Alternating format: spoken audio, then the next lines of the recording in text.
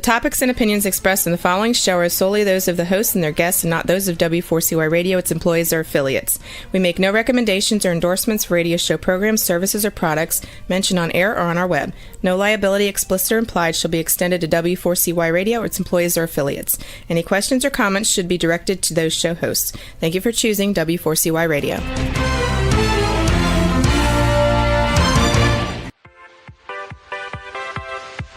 Welcome to the Ask Good Questions podcast, broadcasting live every Wednesday, 6 p.m. Eastern Time on W4CY Radio at W4CY.com. This week and every week, we will reach for a higher purpose in money and life, as well as a focus on health and wellness. Now, let's join your host, Bonita Bell Anderson, as together we start with Asking Good Questions. Hello and welcome to the Ask Good Questions podcast.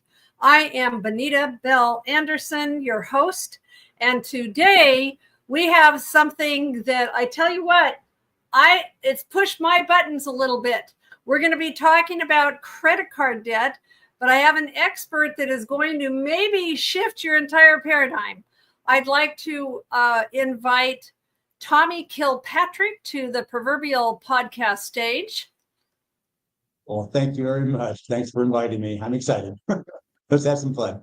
Yeah, well, like I was saying, I'm going to probably re-ask some questions because this has made me really, for crying out loud, I'm a financial advisor and I shouldn't get this wrapped up with something like this, but he has such a unique way of looking at this that I felt like this was important for us to discuss. And then I would love your feedback as far as what you think.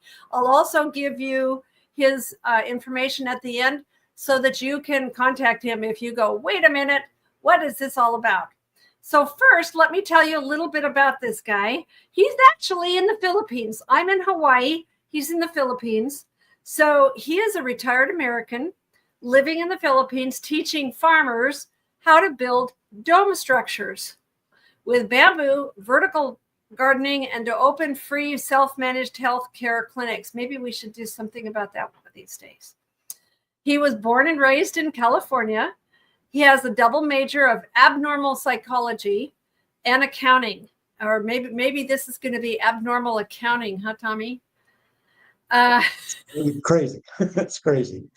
Author, teacher, entrepreneur, 28-year marriage ended. He became homeless on purpose.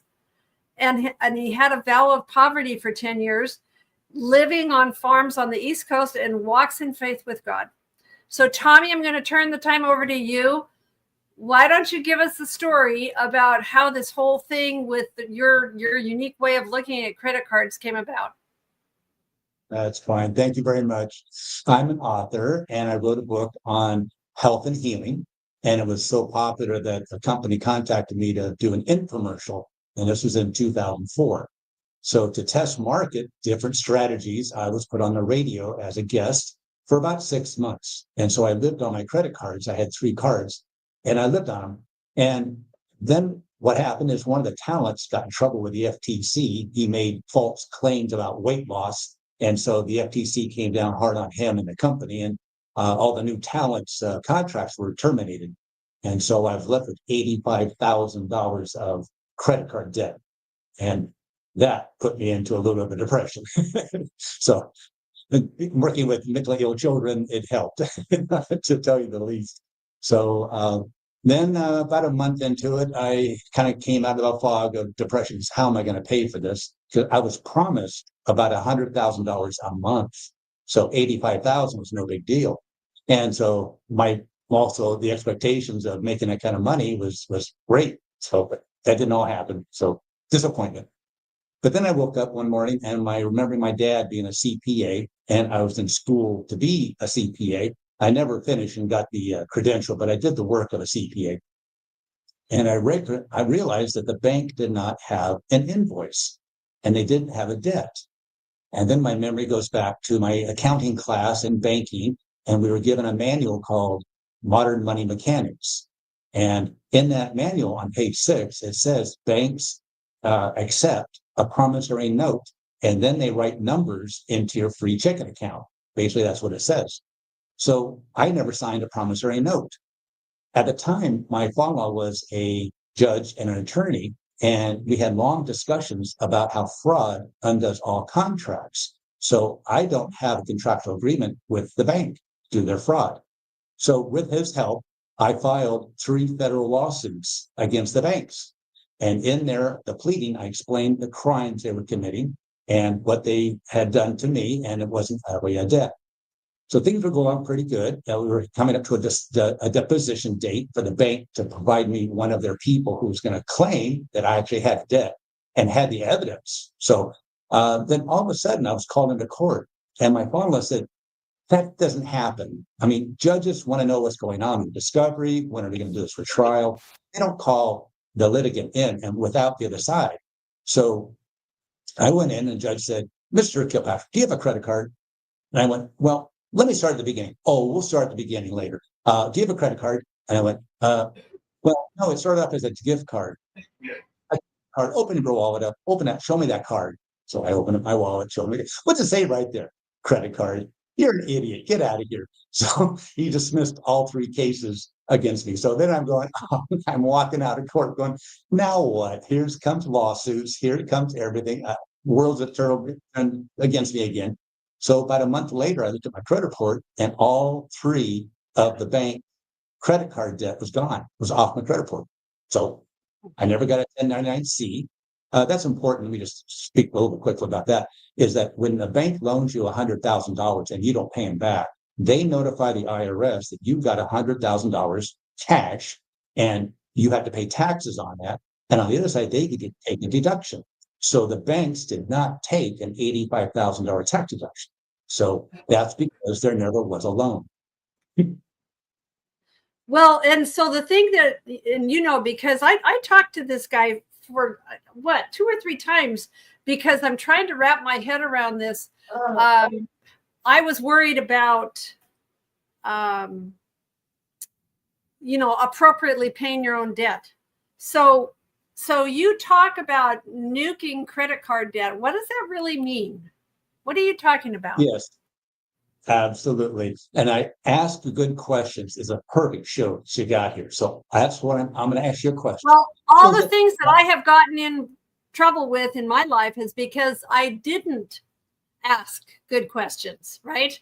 So it was like easy to name this podcast because I knew that all the things that I wanted to talk about had to do with asking good questions. So we are maybe asking some good questions, but also maybe stretching people's beliefs on what they think is so with this topic today. Yeah. And this is a great question, I think. So is it possible that you, your audience, and me, I'm including myself in this too, is it possible that we have been lied to, indoctrinated, and brainwashed? What do you think? Is it possible? Anything's possible. And I guess depending on who you would talk to at the bank, it would all be like, well, what's the definition? What are you talking about? That's the critical point we're getting to. That's great. So we want to ask questions. So if you have been lied to, you can go, wait a second, but then what if it's generational? What if you've been lied to generation for 60 years, you've been lied to? Then it's indoctrination. But when you don't question it, it's now brainwashed. So what I'm trying to get through to your audience is that you don't have to be brainwashed. You don't even realize you've been brainwashed because you're not going to ask a good question. So we want to ask a good question. So the thing is, when we watch television, we see a bank robbery. And so we say alleged. All I want you to do is add one word, is alleged credit card debt. Now, once you start saying that, then the bank has to prove there's a debt. If you go into court and you use their language, you're going to lose. You're going to lose the argument. There's no way. Because if you say you have credit card debt, you've got it. You morally got to pay it. And that's what it is. You have a debt. So pay it. What I'm saying is there is a difference. And so that's what I'm trying to have your audience just start to ask a good question is it alleged? And now we get into that kind of an answer. Okay. Well, so what's the difference between actual debt that you really should pay and alleged debt? Yes. Well, the thing is, there is true credit cards. Okay. Now, a true credit card is, let's say you need tires for your car, but you don't have the money. You know it's going to be 1,000, 1,500, right, for 4 tires and balancing and putting it on. So you go to the store to find out the prices, but your tires are so bald, you're going to die if you drive another mile in this car, right, in these bad tires. So you say to them, I don't have the money. Oh, well, why don't you, Bonita, just fill out our in-store credit card application, and if you're approved, we'll do it. And you apply, you're approved, they put tires on your car, and you drive away without paying, right? Right. And then you start making your monthly payments on your not yet. Now, this is from a store, so they send you a statement at the end of the month, and that's a true statement. On it, it has an outstanding unpaid invoice, and that's what you have to pay. So this is a legitimate credit card debt. When you have an invoice that you have not paid, you are morally obligated, legally obligated to pay that debt. That's a true debt because they have an invoice.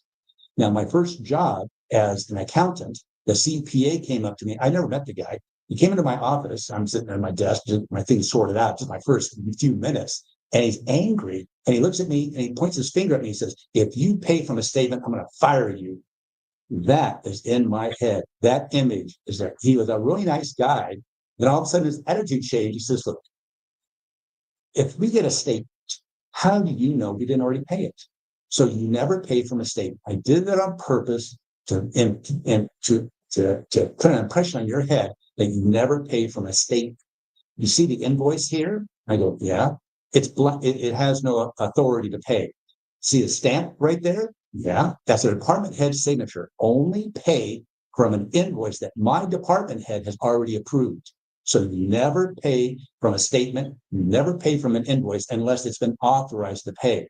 And I don't care if they're calling you. I don't want to hear their story about we're not paying them. There's a reason. So if there's a problem, you come to me and I will tell you which invoice to pay from, only from an approved invoice. So that is what has put in my mind. So the question is, does the bank have an outstanding unpaid invoice?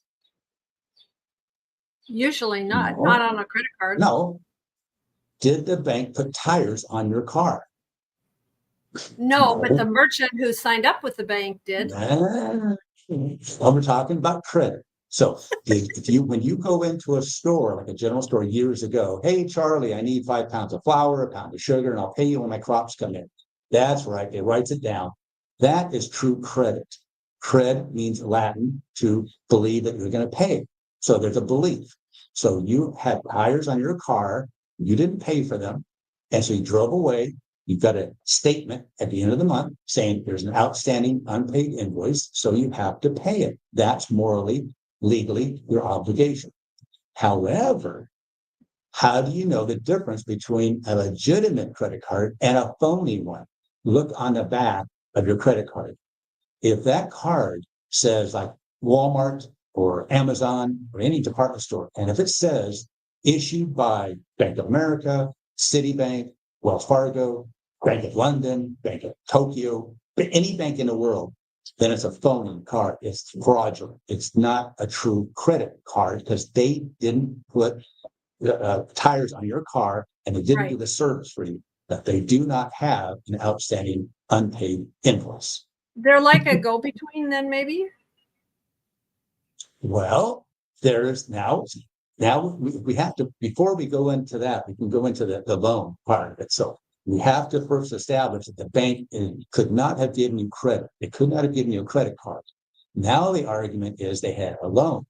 But if you think about it, a merchant can't do both. The merchant's not going to loan you $50 and then also sell you products and services that you have to pay for later. They're going to do one or the other. So the banks are only involved in loans. So if we can establish right now that the bank does not have an outstanding unpaid invoice, there isn't a debt, and it's not a credit card. And now we go into how this all happens. So, Okay. Well, are there, so, I mean, I would imagine that everyone who's listening has got credit cards. Are there legal or contractual weaknesses, maybe in standard credit card agreements? oh, sure. And that's the thing, is that when you have, if you use the card, you're bound by the terms and conditions, and that's how Yeah. they got you. However, the Supreme Court has ruled over and over again that fraud undoes all contracts. Courts are not set up so criminals can bring their victim in and abuse them even more. So that's not set up for that. So we do not have a contractual agreement if they have not disclosed. And that's the whole point of this thing, is that law is language, language is law. So if you say you have credit card debt, you have it. You got to pay it. There's nothing, you can't get out of it. And you see, if you start using the banks, the criminal language, then you're going to lose. So this is what happens. So the bank wants customers. Am I right? Right. They spend money to get you as a customer. Years ago, they would purchase toasters and wall clocks, put them in the bank, and entice you to come in to open up an account, and they would give you a toaster. Okay, Right. That's normal business. Am I right? Yeah. Right. Yeah. So that's what they do. Now, one time they had an ad in the paper, and it said, deposit $25, and in 90 days we'll match it. So what did I do? I took my $25, went into their bank, deposited, waited 91 days, and went in and drew out my $25 plus their $25. Now I got a question for you, and close the account. Now I got a question for you. Did I rip off the bank? No, I mean, they always meant to give No. you the 25. They're just hoping that down the road, you're going to be paying interest to them. Right. They're hoping that because the customer makes some money. Now, did I steal $25 from the bank? No. No. Now, is that immoral? What I did, is that immoral? No. I mean, they No. they willfully put $25 into your bank, as that was a Right. marketing. It was a marketing thing that the bank did. Right. So it's not immoral. Now, remember this, because we're going to come back to that later in our talk. Okay. So what they did is they sent me a $500 gift card. What? Okay. Banks are only about loans. So when you go into a bank with no money, you hope to come out with money, unless you have a gun, and we're not talking about that. You go into a bank with no money, and you hope to come out with one, and you get a loan. Okay. So I have a question for you. Here's a good question. If you apply for a loan and they turn you down, do you still get the loan? No. No. If you apply and they do accept you, what you do is you go into the bank and you fill out loan documents. Am I right? Right. Right. So in those loan documents, you have to prove you have income. Mm-hmm. Am I right? Yep. Right. Because So they want to be paid back. They want to be paid back, but what happens if the judge says to the bank, you're giving loans to people who can't pay it back? That's predatory. Am I right? Yeah. Okay. So, right. So the bank has to do their due diligence to prove anything in the future that they did the work to have you prove, bring income subs in or prove they get a pension, and they actually have evidence that you can actually pay this loan back. Now they also have collateral. So the collateral would be your house, your car. If you do a personal loan, you put your yacht up for collateral, they legally can take it away from you, sell it, and take the money. Now, if they're short, that's their problem, right? But what if they're long? What if you owe $100,000 and they confiscate your $1 million yacht and bring in $1 million? They don't keep $900,000. They have to give that back to you, right? Because it's your asset. You only put up $100,000 out of $1 million. Right. So that's exactly what they did when they sent you a $500 credit card. You think it's a credit card, you pay it, you owe it. It's a gift card. If I give you something, Bonita, it's called a gift. If I sell it to you, then I'm a merchant and I sell it to you, a product. But if I loan it to you, then you got to have loan documents. So in that loan process, what's also happening is you have to have a credit report that shows some history, and your credit score determines your interest rate. But the last thing you sign to get that loan is a promissory note, a promise that you're going to pay them back. Right. But isn't there like a promissory note? I mean, I'm hearing you say you've got to have a promissory note. Isn't there a promissory note in the terms and conditions of the credit card because you're promising to make monthly payments? Right. And that's what maybe implies that, but you have to sign a piece of paper to get a loan. And that's in my show link. So don't believe anything I have to say today. Look at the show notes. There's going to be 3 links there. Read them yourself and take this podcast to your CPA or anyone who's had one class of accounting and ask them, is this guy right? In my book, there's a chapter about what went on in a courtroom scene of an attorney and interviewing a CPA expert witness. And the judge asked me, do I have a credit card? And I said, yes. Was I wrong? And the CPA will take you through all the steps that you are wrong. That wasn't a credit card. So right up front, I'm saying, don't believe me. Do your own research and take this and have your third party, a CPA, tell you that I'm actually 100% correct on my theory that the bank does not have an invoice. 2, there never was a loan. Now, I have in your second link in your show notes is the manual called Modern Money Mechanics. And in there it says what banks do to make a loan is they accept a promissory note and they write numbers into your checking account. Okay. So they have to accept a promissory note. Now think about this. Let's say, that's actually a question, good question. You have purchased a fractional stock of a bank. You're now a bank owner. It's your money. Do you want your money in your bank to be loaned out to people who can't pay it back? Well, no, of course not. You're going to want to make good loans. Right. Would you loan out your money to someone who has no collateral? Well, no, because that would not be good business sense. And now here's the best question. Would you loan out your money to someone who doesn't promise to pay it back? No. No. So even though it's terms and conditions, use the card, it doesn't say in there that you owe the money because you're going to have to write out, I, Bonita, Bell, it's going to promise to pay back who? The bank. And I'm going to promise to pay, it's revolving credit. It's still a loan. So the banks are only set up for loans. So there never was a loan. So what they did is they sent you a $500 gift card. If you say they sent you a $500 credit card, you're stuck. You're using the criminal's language, and in court and in law and language, you have no argument. But if you use the truth, because they gave you the card, you applied, and sometimes you didn't apply. It came in the mail. Remember that? Credit cards would just come in the mail. Would you, again, send credit cards out to people willy-nilly and let them charge us all up and not pay for it? That'd be stupid banking procedures. So they don't do that. So they sent you a gift card. So here's a good question. What did you do with your gift card? You went to Home Depot and you bought a toilet. When bought it? Right. A golden throne. So you buy a toilet, you're walking out the door, and someone at the door says, wait a second, sir, did you pay for that? And you have a receipt. Now think this through. It's going to take a little second. The card came in the mail. You didn't even apply for it. You went to Home Depot. You bought a $500 toilet. You didn't give Home Depot $500. You walked out without paying for that toilet. You have a receipt that is paid for it. Now, you're going to be getting, now who paid Home Depot that night or the next day? Well, you would automatically say, well, the bank paid Home Depot. The bank.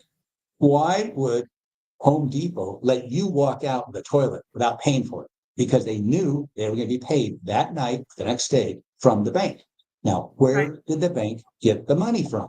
Their advertising budget. It wasn't a loan. It's their advertising budget to get you as a customer. Why would they spend $500 when they could spend a toaster for $25 to get you a customer? Well, you know, and you can look this up yourself. I did this 2 months ago. I said, what does the average person have to pay in bank fees for a credit card? and it comes up to $23.04 on average. My mom, who had a credit card for her whole life, never paid a penny in annual fees, never paid a penny on interest, never paid a penny on anything. So she was a freebie. The bank, it cost them money for her to be a customer. And about 12% are like my mom, but 78% of people pay. And what do they pay on average? $23.04.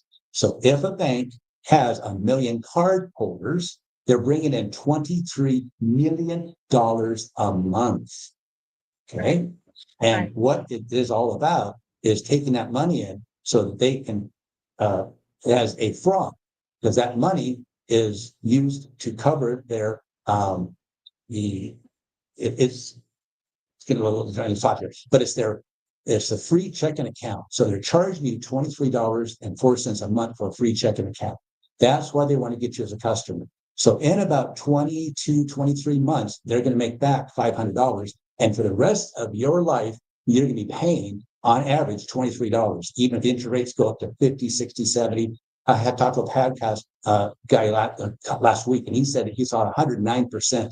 109%. Yeah, how do they do this? Ridiculous. So once you get in and you think you've got a credit card debt, you got to pay these fees. That's where the bank is making all the money on fraud. Right. So there never was a debt. There never was a loan. And you're paying $23 on a free checking account. Wow. This has just been like, I've never really thought about credit cards in this way. Obviously, I feel like, you need to legitimately pay for those things that you bought with a credit card. What I'm thinking is, how does this knowledge apply to people who have cards? Where I'm going with this is thinking, like, I built my business with credit cards, but I would use like the 12 months same as cash. And the cards that I have, I've seen up to like 29%. Well, one of the reasons why there's so much credit card debt in the United States is because people get caught in overspending, and then the banks are charging astronomical interest. And so how can people best use this information? They're going to legitimately pay what they owe, but what do you feel is the best way for people to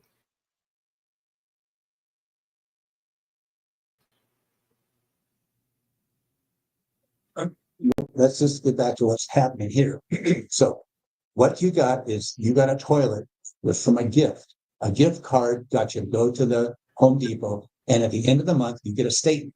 Are you going to get a statement from Home Depot saying that you do not, they have an outstanding unpaid invoice? Are you going to get a statement from Home Depot at the end of the month? No. No, you're not. You're going to get your statement from That's it. So are you going to have an outstanding unpaid invoice from Home Depot? No, because Home Depot probably got paid. They got paid, and you walked out with a receipt. You own the toilet, okay? Right. But you get a statement from the credit card company saying you have a bill. Now you've been lied to, indoctrinated, and brainwashed to think that this is a bill. Let me ask you a good question. When you have a normal checking account, you get a monthly statement. Is that a bill? It seems like a bill. Your normal checking account, you get a statement every month. You get a statement. You don't get a bill. You get a statement. You get a statement. Because what's the statement say? Here's your beginning balance. Here's your deposits. Here's your checks you wrote, your debit card use, other fees you had taken out, things like that. And you have an ending balance. It's not a bill, right? Mm-hmm. A statement is not a bill. A bill is a debt. A debt has to have an invoice that has the date, the product, the service, the taxes, the shipping, all the terms and conditions are there on your contractual agreement with that invoice. So there is no invoice. But you are a good person. You've been lied to, indoctrinated, and brainwashed. You write a $500 check out to the bank. Am I right? Right. You pay your credit card bill. You pay it. You pay it. See, they got you. It's a gift card. They sent you a gift card. You use the gift card to buy a toilet. Now they send you a statement making you think that you have to pay. So you as a good person, you were a $500 checkout. Now here's a good question. Is that the first time the bank has ever received money from you? It could be. I mean, but maybe not, be. Maybe in different ways. Well, just think it through. A card comes in the mail unsolicited.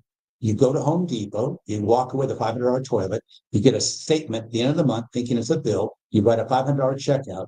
Is that the first time the bank has ever seen your money? I would say I would say. It's the first time, if this is a new account, It's the first time you ever met this bank? Yeah, first time you send the money in. Banks are only about loans. So when you have no money and you go into a bank, you want to come out with money, and that's called a loan. The same thing is when you make a so-called deposit. And that's the first link in the show notes, is that banks do not accept deposits. These are loans. You, Bonita, are loaning the bank $500. right. That went into your free checking account. Why is it free? They don't charge you. So this goes into a free checking account. Every purchase that you've made subsequent has been with your own money. Right. This is a checking account. The bank has set this up as a fraud. They're making you think you have to pay, but you put $500 in. Great. Next month, you buy a shower for $400. $400 is taken out of your account and you have $100 left. The next statement makes you think that you have to deposit $400. You don't. It's not a payment. This is your checking account. It shows $100. If you want to leave $100 in your checking account, leave it there.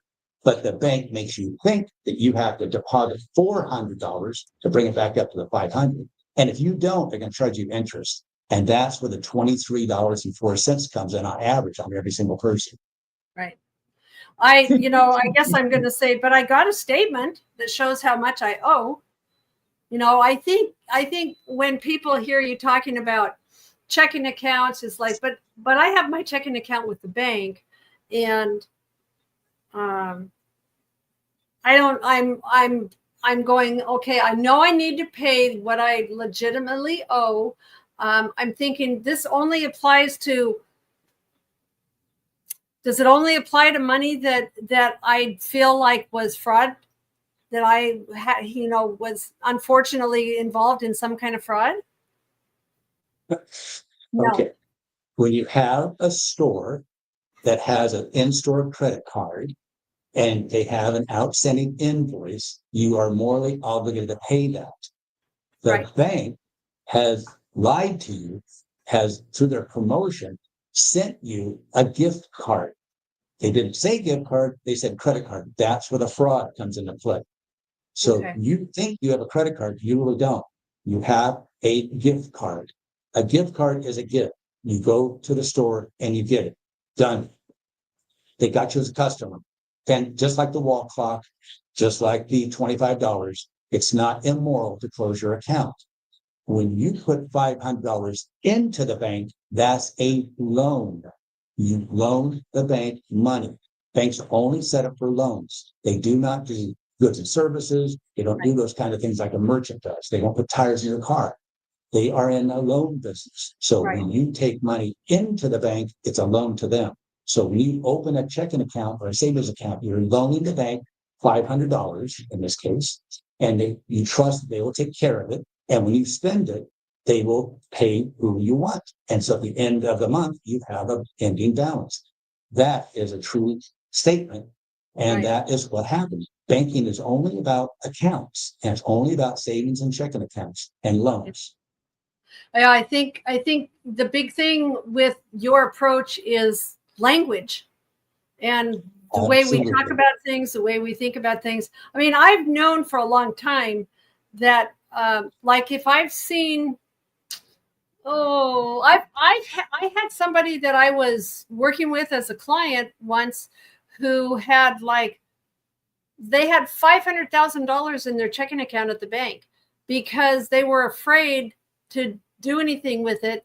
But I was like, Don't you realize that $500,000 in the bank is using that to loan money to people for their line of credits and their car loans and everything else, and making, so I mean, where I'm from, I'm wrapping my head around it by saying, okay, I know how banks operate, in that the money that you have in like money market accounts in a bank, they're giving you what, maybe 1%, and they're making, a multiple of that on their loans. So yeah. Right. So what do you think? What are the risks, financial or legal, of taking this approach to debt? Okay. Bonita, you have been lied to, indoctrinated, and brainwashed. Okay. Because you're telling me banks take people's deposits and loan them out to other people. Right. And if you look that up on the internet, all kinds of websites are going to tell you the same thing. So they're reinforcing the big lie. Okay. But in my first link to you is a legal website that explains that, first of all, the banks do not take deposits. These are loans to the bank. And two, they do not take people's deposits and loan them out to other people. In that second link is the manual, Modern Money Mechanics, put out by the Federal Reserve. And in there, right before it says what they do, above it, they make mockery. They make a joke. They say it's obviously we don't take people's deposits and loan them out to other people because there wouldn't be enough money. There is not $1.3, $1.7 trillion of credit card debt. What that means is the banks want you to deposit 1.7 trillion into your checking account. That's what they're asking. That's what they're saying. That's what they want you to do. And if you don't do that, they charge you interest on your own money. So the checking account that you sent $500 to, you think you're paying for the toilet. No, the toilet was a gift. It was trying to get you to be as a customer. Now you're a customer. Now you're spending money on them, on the interest and on the fees and all that kind of stuff. And that's why they induced you to get you that gift card to get you to the customer. Now you know the language. It's a free checking account. It's your money. So how do you get yourself out of debt? It's not debt. How do you resolve this problem? Let's say, okay, you have a checking account. And all you need to do is write a letter to the bank, ask them to close your free checking account associated with this card. And you still need to pay your debt. I mean, you still need to pay the money that you've owed. You're still been lied to, indoctrinated, and brainwashed. It's okay. It takes a while. You're still using the I knew I was language. putting myself out of risk here, because I was like, this is, so you can see this conversation with Tommy is like, okay. Well, first of all, you admitted that the bank did not put tires on your car. You have admitted to me they do not have an outstanding unpaid invoice. So there is no debt. The only way they can issue a loan is they have to have a loan agreement. They have loan documents, agreement to that. They have to prove their income. Have you proved your income to any credit card applications? There are people on the internet that tell you, write any number because they don't verify. So put down 200,000, even though you're making 20, because you're more likely to get a higher card. It's all lies. It's all based on lies. So there is no collateral. There is no promissory note. It's a gift. The banks cannot give you a loan without a promissory note. And back to you said, as a bank owner, you're not going to loan your money to people who can't pay it back, and certainly not people who didn't promise to pay it back. That's a gift. Right. So if you close your account and there's some money that you bought some goods and services. I mean, I know you've said before, you legitimately pay whatever you bought on credit, but you're saying there's good credit cards to have or not so good credit cards to have. The best credit cards, I think, are the ones that are tied to some kind of merchant. Okay, a true credit card is not going to let you go to some other store. It's going to be that merchant. They might have a chain of something that make it convenient for you, but if there's an outstanding unpaid invoice, that is a debt you owe. What the banks are doing are getting you to front up the money, just like you would go to a bank and open up a checking account. They're going to say, how much do you open today? And you say $500. Great. Let me see $500. So you put $500 into the account and you buy things and it gets delayed. It gets less and less. So at the end of the month, you decide from your paycheck, you're going to put $400 back into it. Oh, great. That's your choice. This whole credit card scam is the same thing I'm trying to get through to you. It's a checking account. You are sending money to the bank to fill up your checking account. Then you buy anything and everything with your own money. It's been your money you've been buying everything on because there's not enough money to loan it out to people. There's no loan. It's your money that you have been spending. That's why there's no promissory notes. So Tommy, go ahead. Oh, I was just going to say, if you send a letter to the bank, that's pretty weak. Now, what you could do is have your CPA write a letter saying, first of all, there is no invoice and the bank never loaned you any money. And since there wasn't a promissory note, there's no debt. Have your attorney, then you go, oh man, this could be $200 or $300. No, there's a thing called Legal Shield.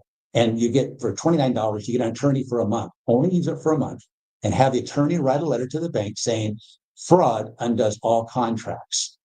What I'm suggesting also is what I've done is I have made them appear that I'm going to sue them in court. So I have a civil lawsuit all filed out that explains the crimes they're committing and also all the discovery. So they're going to look at a brick of this paperwork and they're going to go, this is going to cost $20,000 just in legal fees alone. But the important thing is that we have an injunction. Now, Bonita, if you have somebody bothering you, you can take them to court and say, court, have them stop bothering me. I don't know these people. And that's exactly what's going on with all the Trump things. And people run to court and it stops Trump from actions, right? Those are called injunctions. We're going to do the same thing. So the bank knows if they sue us or we sue them, either way, there's going to be an injunction filed immediately. So the judge is going to look to the bank and say, look, here's an injunction, said you're bothering these people, claiming there's a debt. There's not a debt. So please bring a unpaid invoice, outstanding invoice, and bring a certified copy of the promissory note. And they all also are asking for an affidavit of debt. They want someone in the bank to swear out that you have a debt and they have the evidence and bring us to court. And if the bank doesn't do that, the judge finds them in contempt and it all stops. So since the bank does not have an invoice, they have no promissory note, and no one in the bank is going to swear on Bible under penalty of perjury with threat of going to jail or a fine if they're liars. So the bank cannot have their employees go to court and perjure themselves. So there is no debt. And that's the way you strongly let the bank know that you want the account closed, is all that's going to happen is one click off your credit report. It happened to me. It happened to about 1,000 clients I helped out in my charity, and I can help you too. So, okay. So our time is just about up. Amazingly enough, it goes so fast. And so tell us a little bit about how you help people. If people feel that they want to contact you and get some help with this situation, how do you help people? What is it that you do in a nutshell? It's in the show notes. So all you do is contact me, Tommy A. Kilpatrick, on Facebook. We have the email there. I offer a free 15-minute consultation. And if you do that, I'll give you my $69 book for free. Forget and Forget How to Nuke Your Credit Card Debt. So all I'm trying to do is help you not get out of debt, is to resolve your issues about your free checking account. So you've got to take the money out first before you close it. So usually I find thousands of dollars for people before they don't even know they have money. So they eliminate this off their credit report and they have money in their pocket. So that's what I do for people. Well, Tommy, this has been enlightening to say the least. It has pushed me to rethink how I think about this whole issue with banks and everything else. And I'm hoping that we can help some people that would like to pursue this. that the things that he mentions will be in the bonus downloads on the Ask Good Questions podcast that on that website. And so with that, Tommy, I'd like to thank you so much for coming today and for sharing with us. And thank you so much for everyone for joining the Ask Good Questions podcast. Thank you. Today's episode is over, but we did ask good questions again, didn't we? Don't miss out as we broadcast live every Wednesday, 6 p.m. Eastern Time on W4CY Radio at W4CY.com. Join Bonita Bell Anderson next week for more conversations with experts on finances, retirement, behavioral finance issues, health and wellness, and more. Until then, remember to ask good questions.